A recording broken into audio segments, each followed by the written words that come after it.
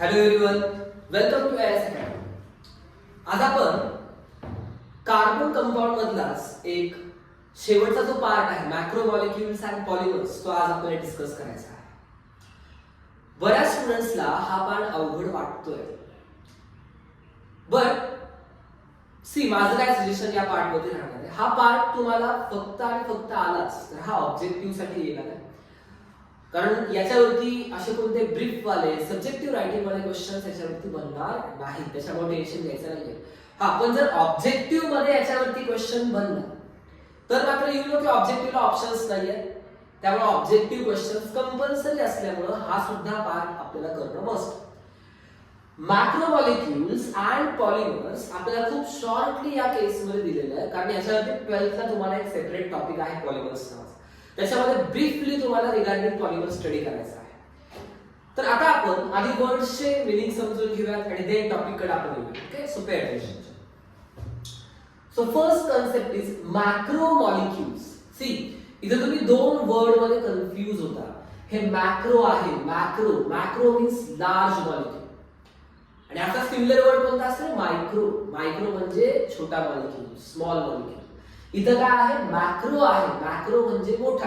आधी हे क्लिअर करा की मॅक्रो मॉलिक्युल है ना, एखादा लार्ज मॉलिक्युल ज्यावेळेस असेल त्यावेळेस त्याला आपण मॅक्रो मॉलिक्युल म्हणणार आहोत. सो आधी मॅक्रोचा मीनिंग डोक्यामध्ये क्लिअर करू.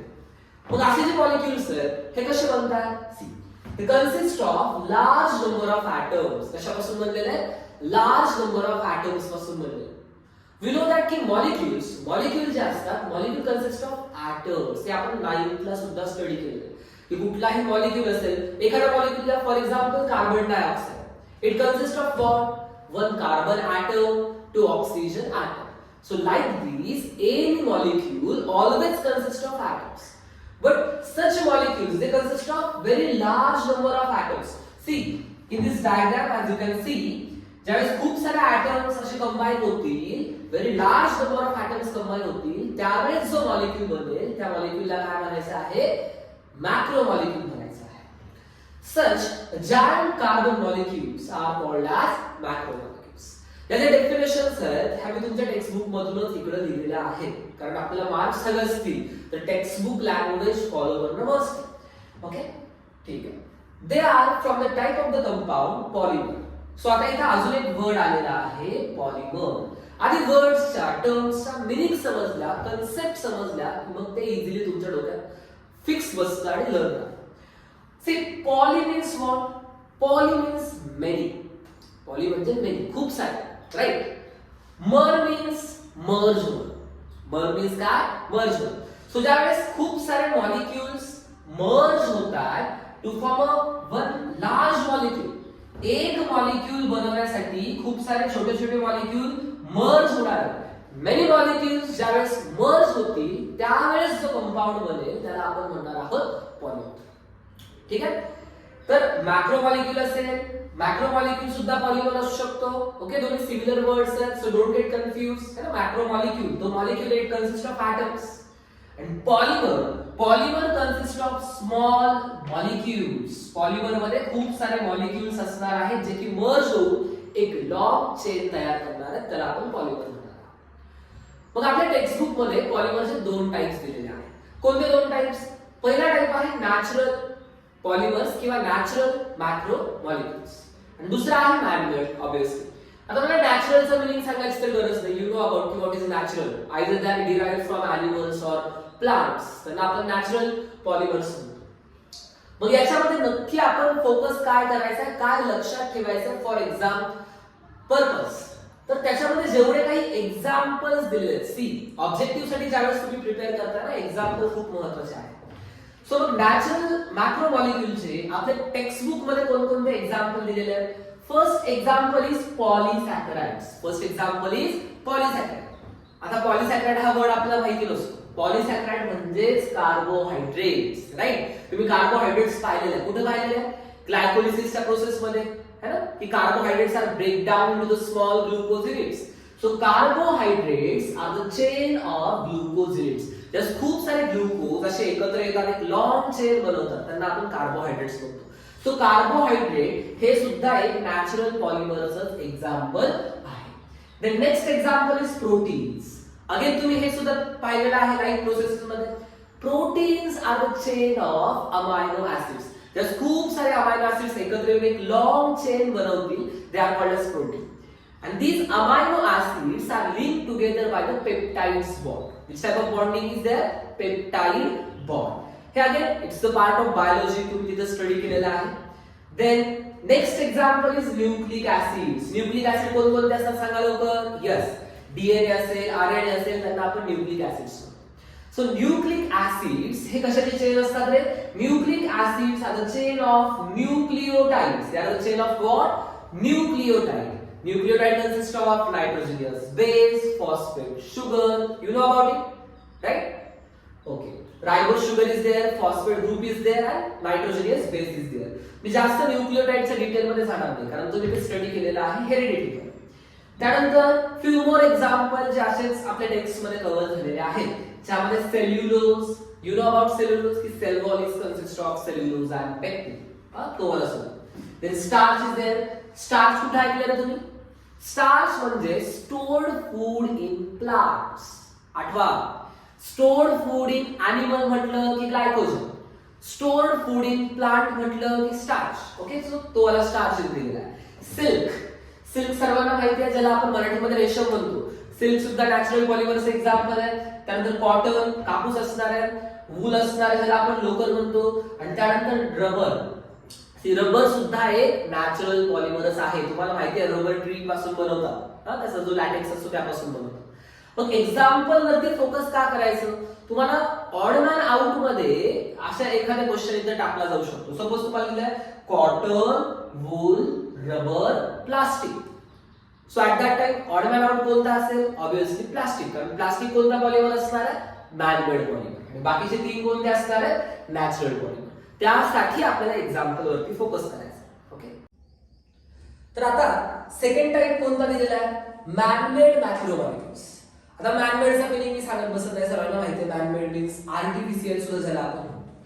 तर या पूर्ण टॉपिक मधून सुद्धा अगेन तुम्ही एक्झाम्पल वरती फक्त फोकस करायचं आहे कारण हे आलं तर ऑब्जेक्टिव्ह साठी फक्त येणार.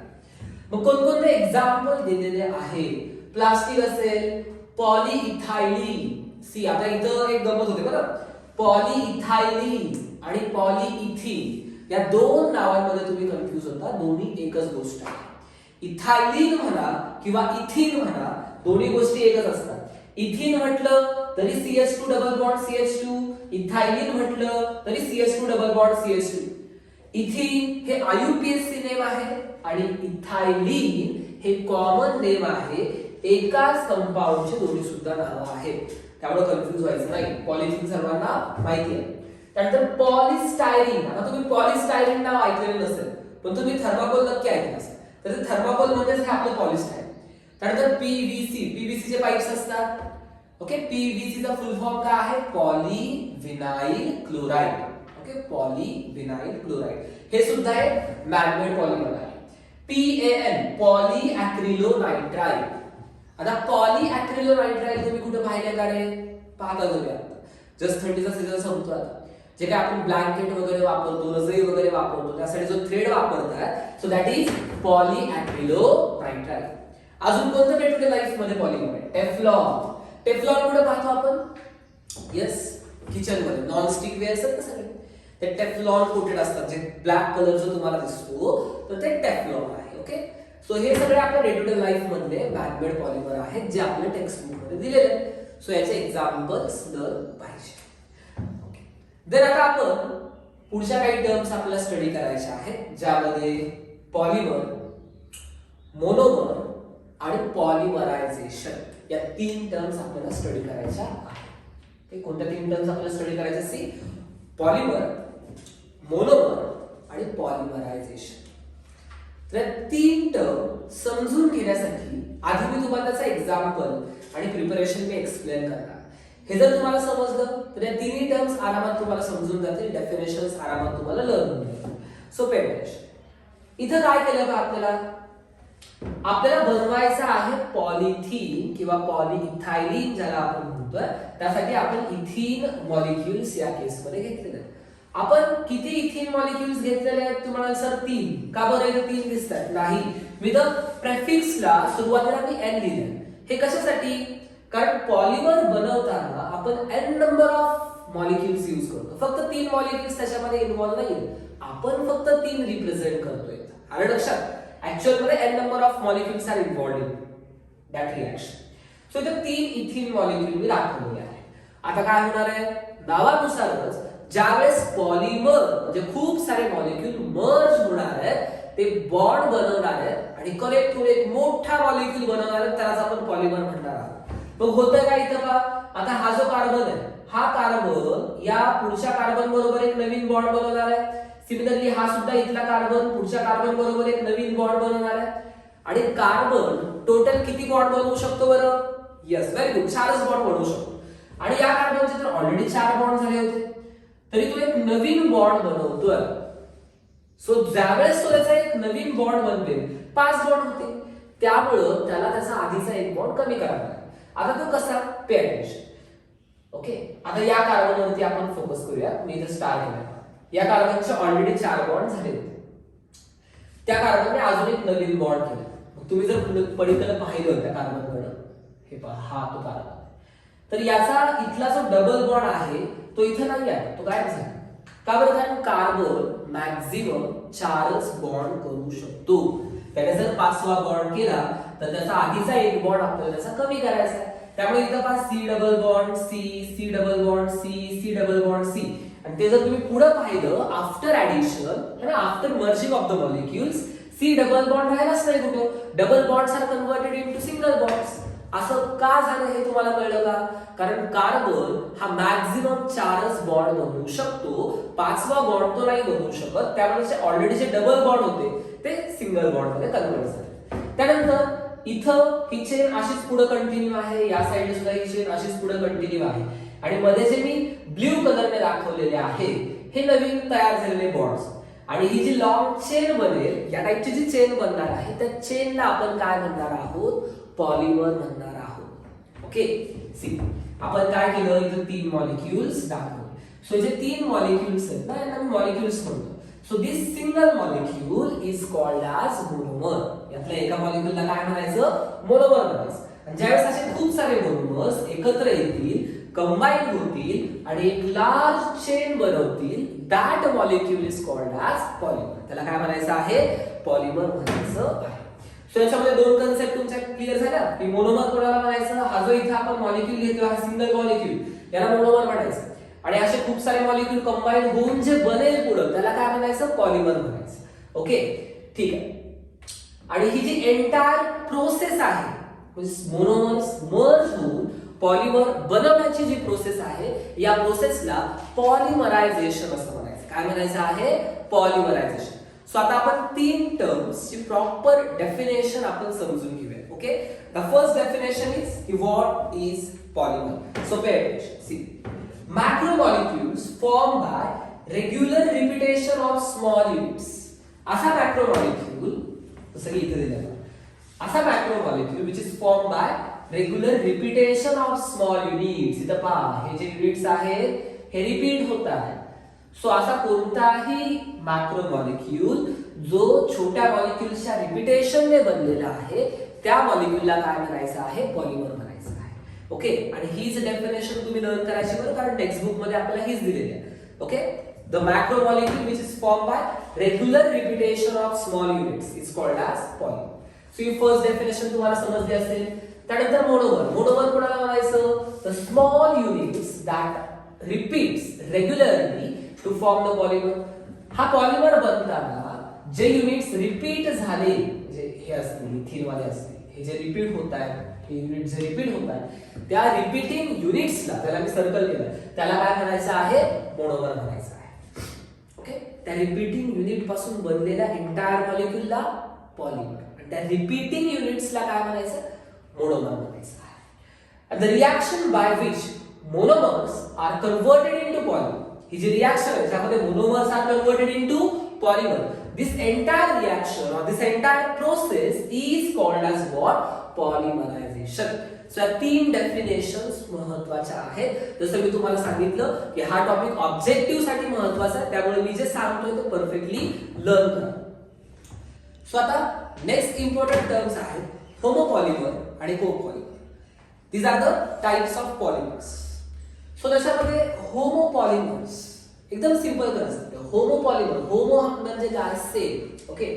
सो ज्या वेळेस पॉलिमर मधला प्रत्येक जो रिपीटिंग युनिट आहे, प्रत्येक मोनोमर जो आहे तो जर सेम असेल, for example polyethylene, ethylene ethylene ethylene सगळे इथाइलिन पासूनच बनणार. सो पॉलीइथाइलिन सारख्या पॉलिमरला आपण होमोपॉलिमर. सो पे अटेन्शन, काय डेफिनेशन आहे? The polymer which is formed by the repetition of single monomer. एकाच टाइपचा मोनोमर जर रिपीट होत असेल तर त्याला काय म्हणायचं? होमोपॉलिमर म्हणायचं. आणि जर डिफरंट असतील तर सपोज एखादा इथिन आहे, एखादा प्रोपीन आहे, एखादा इथिन प्रोपीन, म्हणजे जर 2-3 डिफरंट टाइपचे मोनोमर्स इन्व्हॉल्व होत असतील ऍट दॅट टाइम आपण त्याला काय म्हणणार आहोत? कोपॉलिमर म्हणणार आहोत. So pay attention. The polymer which is formed by repetition of 2 or more different monomers. ज्यावेळेस डिफरंट मोनोमर्स इन्व्हॉल्व आहे त्यावेळेस त्याला काय म्हणायचं आहे? कोपॉलिमर म्हणायचं आहे. आणि त्यासाठी आपल्याला एक्झाम्पल एकच दिलंय, पीईटी. फुल फॉर्म लक्षात ठेवा, मे बी विचारलं जाऊ शकतो ऑब्जेक्टिव्ह साठी. पीईटीचा फुल फॉर्म आहे पॉलीइथाइलिन टरथॅलेट. ओके. इथं पीएच सायलेंट असतो, त्याला प्रोनाउन्स करायला जाऊ नका. ठीक आहे. पॉलीइथाइलिन टरथॅलेट हा फुल फॉर्म आहे पीईटीचा. हे एकच एक्झाम्पल आपल्याला कोपॉलिमर्स मिळेल. त्यानंतर आपल्या टेक्स्ट बुक मध्ये एक टेबल दिलाय, तो सर्वांनाच अवघड वाटतो. स्ट्रक्चर्स पाहिले की असं वाटतं करायचं की नाही करायचं, पण इतका इझी आहे तो टेबल, इतका सिंपल आहे. फक्त मी ज्या पद्धतीने सांगतोय जस्ट पे अटेन्शन, आरामात तुम्हाला ते लर्न होऊन जाईल. विदिन 5 मिनिट्स तुम्ही तो टेबल लर्न करून टाकाल, within 5 minutes. So pay attention. तो जो टेबल दिलाय हा एंटायर टेबल दिलेला आहे मॅनमेड पॉलिमरसाठी. कोणत्या टाइपचे? हे जो पहिला टाइप आपण डिस्कस केला होमोपॉलिमर, सगळे होमोपॉलिमर्स आहेत आणि मॅनमेड आहेत. तर त्याचा हा टेबल तुम्हाला दिलेला आहे. तर त्याच्यावरतून तुम्ही लक्षात कसं ठेवणार आहात हे मला मेनली तुम्हाला सांगायचं. पहिला दिलेला आहे पॉलीइथाइलिन. आता एक इथाइलिन मी इथे ड्रॉ केलाय. ज्यावेळेस असे खूप सारे इथाइलिन ऍड होतील, तुम्हाला माहिती आहे double bond is converted into single bond, right? कारण कार्बनचा एक बॉन्ड वाढतो ना चेन बनवताना, त्यामुळे डबल बॉन्डचा काय होतं? Single bond. आणि असं ब्रॅकेट टाकून आपण एन लिहितो. याचा अर्थ काय की चेन मध्ये या टाइपचे एन नंबर ऑफ युनिट्स आहेत, राईट? सो इथं एन लिहायला विसरायचं नाही. सो इथं पॉलीइथाइलिन, इथाइलिन पासून बनलेला पॉलीइथाइलिन. हे पहिलं जर फक्त तुम्हाला समजलं. आता याच्यावरून बाकी कसे लक्षात ठेवायचे? एकदम सिंपल. ज्यावेळेस इथाइलिनचा one of the hydrogen is replaced by benzene, C6H5, ज्यावेळेस बेन्झीन ऍज अ सबस्टिट्यूएंट म्हणून आपण जोडतो, तुम्हाला बेन्झीन असा रिंग लाईन पाहिजे सवय हेक्सागोनल, बट कंडेन्स फॉर्म मध्ये त्याला आपण कसं लिहितो? C6H5 या फॉर्मॅट मध्ये लिहितो. सो ज्यावेळेस one of the hydrogen is replaced bye C6H5, now the name of the monomer is styrene. आणि ज्यावेळेस खूप सारे स्टायरीन ऍड होऊन जे बनेल पॉलिस्टायरीन. ओके. याच्यावरून कसं लक्षात ठेवायचं हे समजून घ्या. Styrene, polystyrene. पॉलिस्टायरीन म्हणजे थर्माकोल, कॉमन लँग्वेज मध्ये सांगायचं तर ते हे स्ट्रक्चर आहे. Then when one of the hydrogen is replaced by chlorine, आता इथं बेन्झीनच्या ऐवजी क्लोरीन आला तर याला म्हणायचं विनाइल क्लोराइड. काय म्हणायचं? Vinyl chloride. आणि असं खूप सारे विनाइल क्लोराइड कंबाईन झाल्यानंतर जे बनेल त्याला म्हणायचं पॉलीविनाइल क्लोराइड, अर्थात पीव्हीसी. पीव्हीसीचे पाईप्स आपण ऐकले ना, तर ते वाला पीव्हीसी म्हणजे इथं आहे. त्यानंतर वन ऑफ द हायड्रोजनच्या ऐवजी आता all of the hydrogens are replaced by fluorine. ज्यावेळेस सगळेच्या सगळे हायड्रोजन गेले आणि 4 फ्लोरीन आले, 4 फ्लोरीन म्हणून टेट्रा फ्लोरो. ओके. आणि कार्बन कार्बन डबल बॉन्ड आहे म्हणून इथिन किंवा इथाइलिन. सो मोनोमरचं नाव आहे टेट्रा फ्लोरो इथिन किंवा टेट्रा फ्लोरो इथाइलिन. आणि त्याच्यापासून जो पॉलिमर बनेल फक्त पॉली हा वर्ड ऍड करायचा, पॉली टेट्रा फ्लोरो इथिन. आणि त्याचंच कमर्शियल नेम आहे टेफ्लॉन. टेफ्लॉन कोटेड पॅन्स म्हणजे नॉन स्टिकची जी भांडी आपण किचन मध्ये वापरतो तर त्याच्यावरती जो पॉलिमर असतो, जे कोटिंग त्याच्यावरती असतं, हे टेफ्लॉनचं असतं. तर तोच हा टेफ्लॉन इथं आहे. त्यानंतर आहे पॉलीप्रोपायलीन. ओके. ज्यावेळेस one of the hydrogen of ethylene is replaced by this methyl group. Methyl group means CH3 group. Then the name of the monomer is propylene. आणि ज्यावेळेस खूप सारे प्रोपायलीन ऍड होतील तर त्याला आपण म्हणतो पॉलीप्रोपायलीन. इतक्या सिंपल वेने तुम्ही हे सगळे पॉलिमर्स जे आहेत ते तुम्ही लर्न करू शकता. त्यानंतर समोरच तुम्हाला नेक्स्ट पेज वरती नॅचरल पॉलिमर्स आणि त्याचे काही एक्झाम्पल्स दिलेले आहेत. आणि ते नॅचरल पॉलिमर्स हे सगळेच्या सगळे तुम्हाला S2 मध्ये बायोलॉजी मध्ये कव्हर झालेले आहेत. ते तुम्हाला इझिली लर्न होतात. प्रॉब्लेम फक्त याच पॉलिमर्सचा होता. जे मी सांगितलंय त्या पद्धतीने लक्षात ठेवा, लर्न करा. आणि पॉलिमर बाबत जेवढं आपलं झालंय is more than enough for your 10th SSC exam. याच्या पलीकडे तुम्हाला कोणताही क्वेश्चन बनणार नाही. सो डोंट वरी, मी जे सांगितलेले परत परत ऐका, व्हिडिओ पॉज करा, मध्ये लिहून काढा. कारण रिटन प्रॅक्टिस ही खूप गरजेची आहे या टाइपच्या स्ट्रक्चरसाठी. कारण या टाइपचे स्ट्रक्चर तुम्हाला 10th मध्ये सगळीकडे नाही, फक्त याच टॉपिक मध्ये आहेत. या टाइपचे अवघड स्ट्रक्चर जे तुम्हाला अवघड वाटतात ऍक्च्युअली नाहीये. ठीक आहे, त्यामुळे रिटर्न प्रॅक्टिस करा. फक्त लेक्चर ऐकून काही होणार नाहीये जोपर्यंत आपण पेपरवरती रफ प्रॅक्टिस करत नाही. ओके, ठीक आहे. So all the best for your exam. Thank you.